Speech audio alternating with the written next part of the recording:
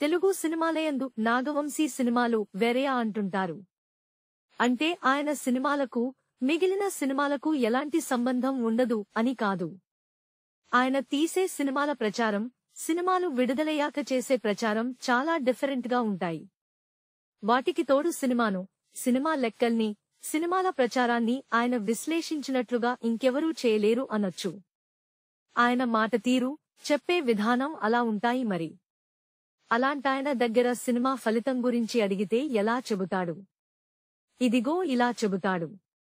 విజయ్ దేవరకొండ హీరోగా గౌతమ్ తిన్ననూరి దర్శకత్వంలో రూపొందిన చిత్రం కింగ్డమ్.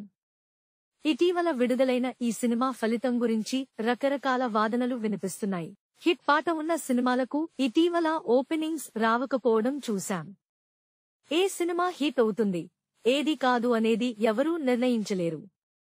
ప్రేక్షకులు ఏ సినిమా చూడాలనుకుంటున్నారు అనే విషయం అడ్వాన్స్ బుకింగ్స్ చూసే వరకు ఎవరికీ తెలియదు అని ప్రస్తుత ట్రెండ్ను వివరించే ప్రయత్నం చేశారు నిర్మాత నాగవంశీ. ఒక సినిమా ఫలితం తేల్చడానికి 2 కొలమానాలు ఉన్నాయి. జీఎస్టీ డబ్బులతో బయ్యర్లు బయటపడితే అది హిట్. బయ్యర్కు జీఎస్టీ మిగిలితే అది సూపర్ హిట్ సినిమా. ఇక కమిషన్ వస్తే బ్లాక్ బస్టర్ అని క్లారిటీ ఇచ్చారు నాగవంశీ. తమ కింగ్డమ్ సినిమా ఇప్పటివరకు చాలా ప్రాంతాల్లో సూపర్ హిట్ లెక్కల్లో కనిపిస్తోంది. మలయాళంలో మేం ఊహించిన దానికంటే ఎక్కువ వసూళ్లు వస్తున్నాయి. మరో వారంలో ఈ సినిమా వసూళ్లపై క్లారిటీ వస్తుంది అని చెప్పారు. కొన్ని నెలలుగా నాగవంశీ సినిమా పరిశ్రమ గురించి, పరిశ్రమలో ఇబ్బందులు సృష్టిస్తున్న వారి గురించి మాట్లాడుతున్నారు. అలా ఇటీవల పిఆర్ఓ వ్యవస్థ గురించి చెప్పారు.